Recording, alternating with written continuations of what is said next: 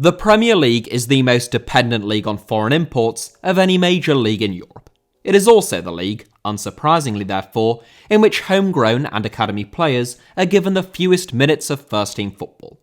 That is due to a combination of factors, whether it be the sheer amount of money sloshing around the league, which allows teams to go out and buy pre-made first-team players rather than developing their own, or the incredible insecurity of managers and their employment, making them increasingly risk-averse and less likely to promote and play youth team players who tend to make more mistakes due to their inexperience.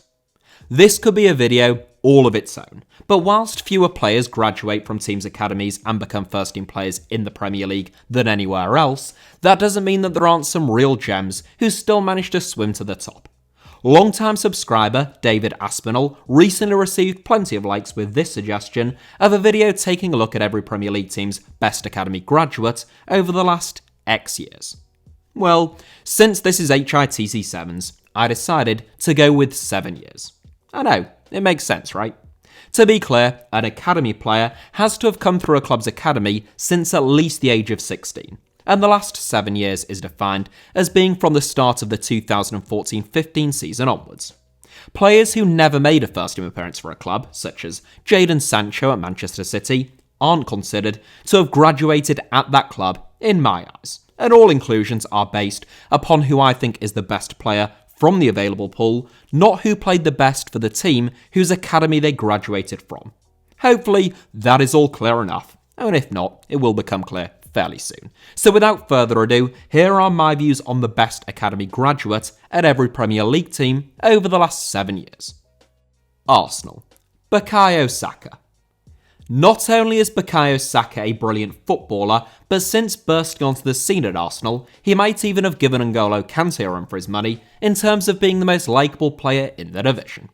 The smiley wide man, who has bounced back from Euro 2020 final shootout disappointment with all of the impish charm that one would expect, only turned 20 last month, and he celebrated the occasion with only his second international goal for England against Andorra. An incredibly gifted and versatile footballer, Saka's first taste of first-team football at Arsenal came at left-back a couple of seasons ago, but we're now most used to seeing him on either the right or on the left flank. The fact that he managed to become a regular starter for England at Euro 2020, given the quality of the competition in his position, speaks volumes about both Saka's character and talent, even at this early age, and he's my choice for Arsenal, ahead of the likes of Emil Smith-Rowe, Joe Willock, Reece Nelson, Ainsley Maitland-Niles, and Alex Iwobi. Aston Villa. Jacob Ramsey. From Jack Grealish to Gareth Barry, it would be fair to say that Aston Villa have had a fairly productive academy over the years. Just, perhaps not so much, over the last 7 years. Prior to the emergence of Jacob Ramsey, this would have been a difficult segment to fill, with Keenan Davis the outstanding candidate aside from him. Ramsey is a proper footballer though, whatever the hell that phrase even means, who proves the value of promoting from within. So far this season, Ramsey has already dominated Spanish international soul and a Manchester United midfield that cost more than Aston Villa's entire starting 11. A Birmingham native, Ramsey has been at Aston Villa since the age of 6, and he made his debut during the club's 2018-19 Championship promotion campaign. It was last season when he began to nail down a starting berth under Dean Smith though, and he has come back from pre-season this season looking even more confident and physical, still aged only 20. Competition for places is so stiff now, but if Ramsey can keep developing throughout this season as he has begun, talk of an England call-up might not be that far-fetched. Brentford. Chris MEPHAM. Brentford's extraordinary success since the arrival of Matthew Benham has largely been borne out by brilliant work within the transfer market, signing talented young players who fit the club's bill and selling them on for significant profit. There have been a couple of gems that they have unearthed from within though, the most notable of whom is Chris MEPHAM. Born in London but capped 24 times by Wales, MEPHAM joined the Chelsea Academy at the age of 10, but he was rejected by both Watford and his boyhood club Queen's Park Rangers after being released by the Blues at the age of only 14.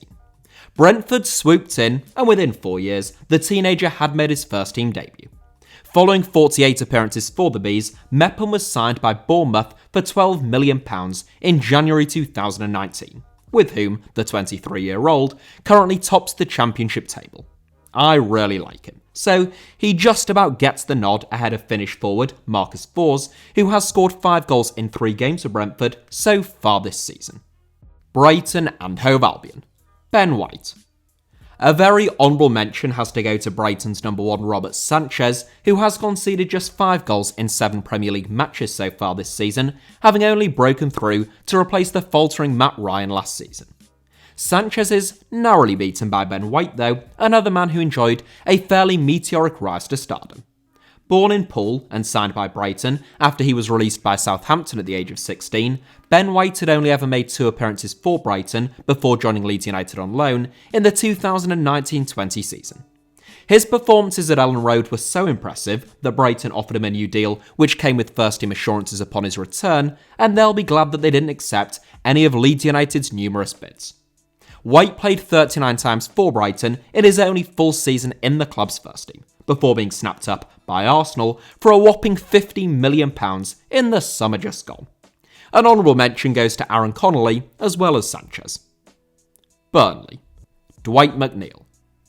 Quite possibly the easiest decision in this entire video due to both the talent of Dwight McNeil combined with the lack of genuine competition. Burnley's best academy graduate over the past 7 years is something of a foregone conclusion. A cynic might point out that Dwight McNeil has only actually scored 7 goals and made 16 assists in 115 appearances for Burnley to date, but that doesn't really tell the full story. A silky and stylish footballer who is very easy on the eye, Burnley don't score many goals, but McNeil is often their most creative and expressive player. Born in Rochdale, McNeil supported Manchester United as a child and was heartbroken to be released by the club at the age of 14. He bounced back at Turf Moor, making his debut in the 2017-18 season, and in another era, he'd probably have won an England cap or 2 by now. Chelsea. Mason Mount. Chelsea have by far the most candidates for their entry of any team in this video, and you can probably take from that they have the most productive academy in the Premier League at this moment in time. Reece James, Tammy Abraham, Bukayo Tomori, Callum Hudson-Odoi, Andreas Christensen, Billy Gilmore, Trevor Chalobah, and Ruben Loftus-Cheek all earn honourable mentions, among many others, but I could hardly pick anyone other than Mason Mount. Mount's start to life in professional football has almost been too good to be true, with so few bumps in the road for a player of his age and an almost linear progression to the top. Brilliant on loan at Vitesse and then at Derby County, he enjoyed a superb breakout campaign under Frank Lampard at Chelsea, becoming a full England international, and the following year he won the Champions League. Mount is now one of the best midfielders in the Premier League, if not beyond, nominated for the Ballon d'Or this year, so he takes this one, ahead of the likes of James and Abraham. Crystal Palace. Aaron Wan-Bissaka. For such a historically productive youth system, Crystal Palace haven't actually churned out all that many superstars over the last 7 years. Tarek Mitchell made 20 appearances for the Eagles at left-back last season and could well establish himself at Selhurst Park this season. But the standout candidate is of course Aaron Wan-Bissaka. Originally a right winger within the Crystal Palace youth ranks, it was short-lived Eagles boss Frank de Boer who first promoted Wan-Bissaka to the first team, playing him as a wing-back in a number of pre-season friendlies. Wing-back soon became full-back as Wan-Bissaka eventually dislodged Joel Ward from Palace's starting 11, and he was one of the best right-backs in the league during the 2018-19 season. He subsequently signed for Manchester United in a deal worth between £45 to £50 million, where he has also nailed down a starting berth. I must admit, I don't think he's improved a great deal since arriving at Old Trafford, and I still think there's plenty more to come from him, but he comfortably takes this one. Everton. Anthony Gordon. This one may be slightly controversial, though I suspect a not insignificant number of Everton fans will agree with me. Tom Davies is probably the more obvious shout, having made over 150 appearances for Everton, and a few seasons ago, I thought he was capable of becoming a Toffees legend. He looked energetic, efficient, and capable of beating a man when necessary. But again, his development hasn't really matched his early promise. John Joe Kenny also deserves a mention, but I can't help but feel that he needs a move away from Goodison Park to really push on and progress now. It is Anthony Gordon, the youngest and the least experienced of the trio, who I think has the best first-team prospects at Goodison Park. And it would seem to me that Rafa Benitez has taken a bit of a shine to him. He'll mostly be utilised off the bench this season, especially if Damari Gray and Andros Townsend can maintain their impressive form. But that is good enough for a 20-year-old, and he'll just have to keep on taking his chances when they present themselves. Leeds United. KALVIN Phillips. It's an easy one at Ellen Road, in spite of the fact that Leeds United do have a very respectable academy output. Lewis Cook, Ronaldo Vieira, Jack Clark, Jamie Shackleton and Pascal Struijk all deserve to be mentioned, but it's the 2020-21 England Men's Footballer of the Year who takes this one. Whilst I must admit that I think it's daylight robbery that Raheem Sterling didn't win that award, I don't begrudge Phillips from winning the crown. Besides, Sterling's trophy cabinet is big enough as it is. Phillips seemed like a peripheral player for England going into Euro 2020, but with Jordan Henderson not fully fit and Gareth Southgate not wanting to gamble, he started alongside Declan Rice in England's opener against Croatia, and that pairing would last the entire tournament. Phillips has come on leaps and bounds at Ellen Road under Marcelo Bielsa, now arguably the club's key man and one of the most important midfielders in the Premier League. Leicester City. Harvey Barnes. It's a tough one with Leicester, between Ben Chilwell and Harvey Barnes. Meanwhile, honourable mentions go to Luke Thomas and Hamza Chowdhury. Chilwell made his first-team debut for the Foxes in October 2015 as an 18-year-old. I remember well because it was against Hull City. Up against him was an out-of-position Mo Diame, who had just returned from a long-term injury. But the Senegalese international tore the teenager to shreds. Chilwell has come on a long way since then, though he is currently struggling to win out in a battle between himself and Marcus Alonso for a starting berth at Chelsea. Harvey Barnes is someone who looks capable of stepping up and reaching another level to me, and he might just have done that already were it not for a poorly timed injury whilst he was in a very rich vein of form towards the back end of last season. He's yet to really click into action this season, but given his movement and composure as a 23-year-old, there's no reason why Barnes' future shouldn't be very bright indeed. Liverpool. Trent Alexander-Arnold. It's not as though there's any lack of choice at Liverpool with Ryan Kent, Harry Wilson, Curtis Jones and the two defenders Reece Williams and Nathaniel Phillips. It's just that Trent Alexander-Arnold is so special that he stands out head and shoulders above them all. The primary creative force in this exhilarating Liverpool team, and among the most creative players in the entire division, Alexander-Arnold is a right-back unlike almost any other in world football right now. A wonderful crosser and striker of a ball, Alexander-Arnold's breakthrough came through necessity after a long-term injury to Nathaniel Clyne, though it only accelerated what a lot of youth coaches at Anfield felt was an inevitability. Having just turned 23, Alexander-Arnold has already made 185 appearances for Liverpool, twice making the Premier League Team of the Season. Manchester City. Phil Foden. An enormous amount of money has been invested into Manchester City's academy system over the last decade, and it would be fair to say that it has paid off. Just most of them haven't actually gone on to play for Manchester City. Kelechi Iheanacho, Tosin Adarabioyo and Brahim Diaz earn honourable mentions. Meanwhile, arguably, the club's most gifted academy prospect, Jadon Sancho, never actually went on to play for them at all, declining the club's advances to join Borussia Dortmund at the age of only 17. It is easy to forget, but there was a time when people used to mock Phil Foden for not doing likewise, and for staying at Manchester City, alluding to his lack of game time. This was always a bit of a myth, and the fact that he now has 130 appearances to his name for one of the best teams in the world at the age of 21 is testament to that fact. Foden is a sensational footballer, one of the best young players in the entire world, and one of the most gifted that England has produced, at least in my lifetime, and quite possibly beyond. Manchester United. Marcus Rashford. Lots of people will say Mason Greenwood for Manchester United, I suspect, given his rich vein of form at the start of this season, whilst Marcus Rashford continues his rehabilitation process.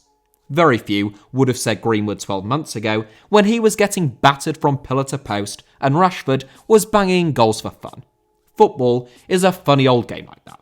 But whilst I think it's true that Greenwood might have a higher ceiling, I really can't overlook Rashford, who doesn't receive anything like the number of plaudits that he so richly deserves.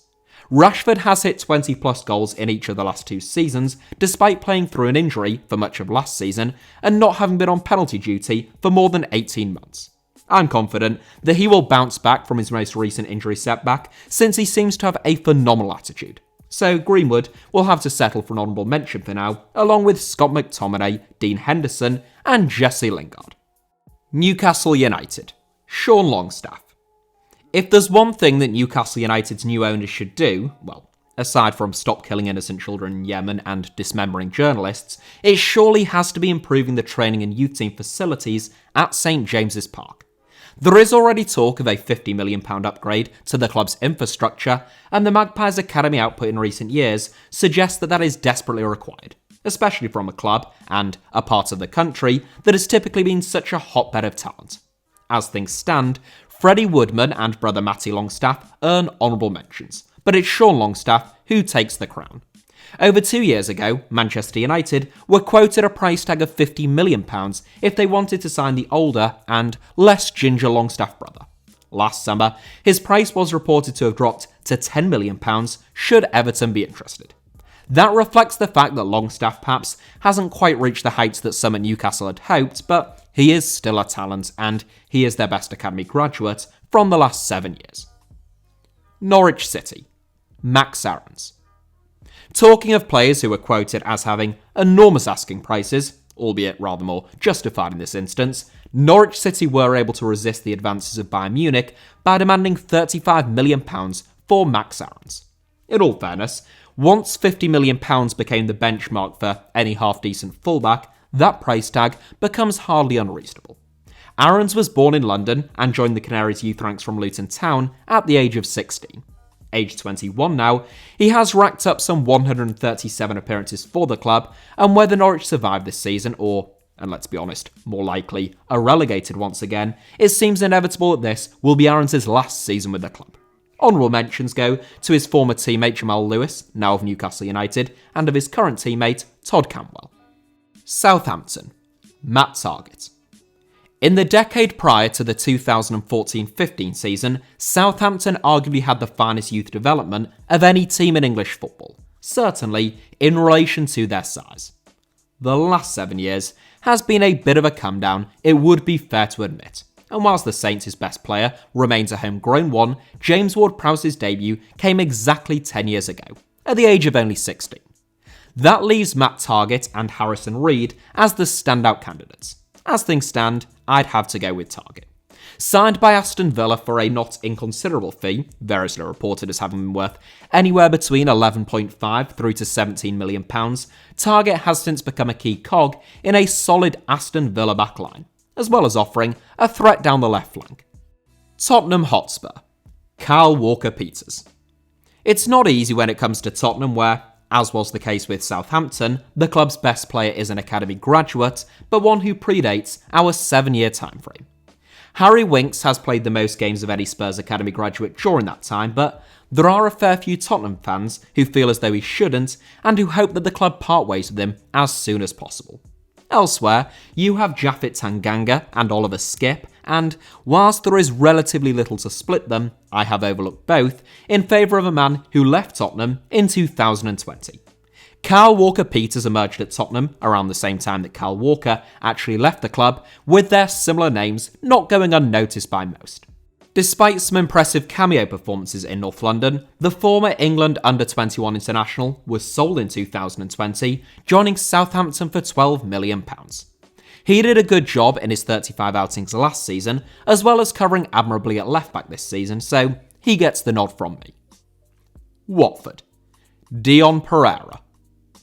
This goes for every club in this list, but especially so for Watford. If there is anyone who you think I might have missed, which isn't impossible, then make sure to let me know about it in the comments. But as far as I can tell, almost no one has graduated from Watford's youth ranks into the first team over the last 7 years. The Hornets once had a proud tradition of producing talented young players, but right now, they not only have the weakest player to offer to this list, but I would imagine they would be down there had I included every single team within the EFL. The best that I can do, and, well, just about all I can do, is offer you DION, who made just 2 appearances for Watford in the 2016-17 season before joining Atlanta United in the United States. The young wide man made 18 appearances in the MLS, but now plays for Yeovil Town in the National League on loan from Luton Town at the age of 22. West Ham. Declan Rice.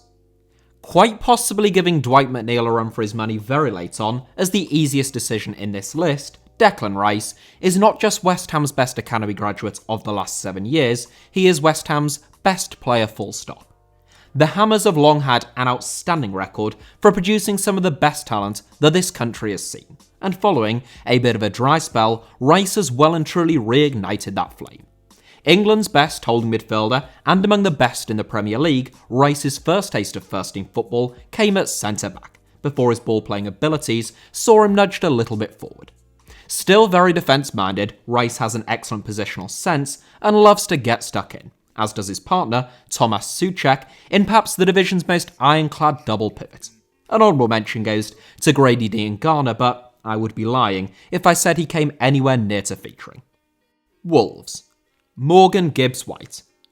Morgan Gibbs-White is a player that I have been backing for a while to become the real deal, and you could argue that I have thus far been proven wrong. Big investment at Wolves pushed him down the pecking order, and just when I thought he was about to take the championship by storm on loan at Swansea City last season, he fractured his foot, putting him out of action for 3 months. It is worth a reminder to say that Gibbs-White is still only 21, and I still think he is very much a Premier League player in waiting. Currently on loan at Sheffield United, I'm once again backing him to have a big season, and I think he is, albeit without much competition, by far Wolves' best academy graduate of the last 7 years. So that is it for today's video. Apologies again if I missed anyone. I do my best with these videos, but I am certainly not infallible, so let me know if you think that's the case down below in the comments. But thank you all very much, as ever, for watching.